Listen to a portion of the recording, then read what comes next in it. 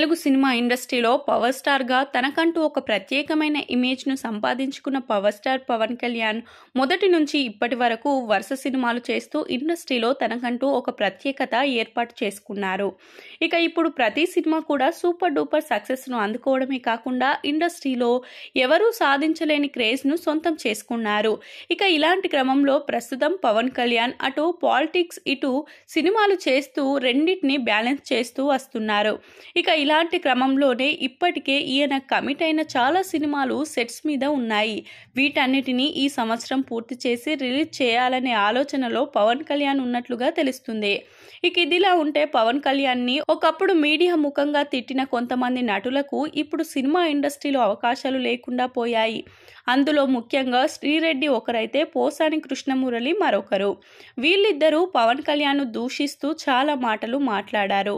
దానివల్లే వాళ్ళని ఇండస్ట్రీలో ఏ సినిమాలో కూడా తీసుకోవడానికి ఆయా దర్శకులు ఇష్టపడడం లేదు.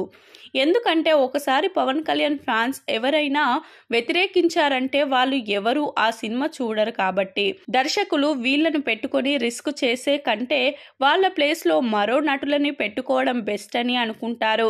ఇక అందువల్లే వాళ్ళకి ఏ సినిమాలో కూడా అవకాశాలు రావడం లేదు.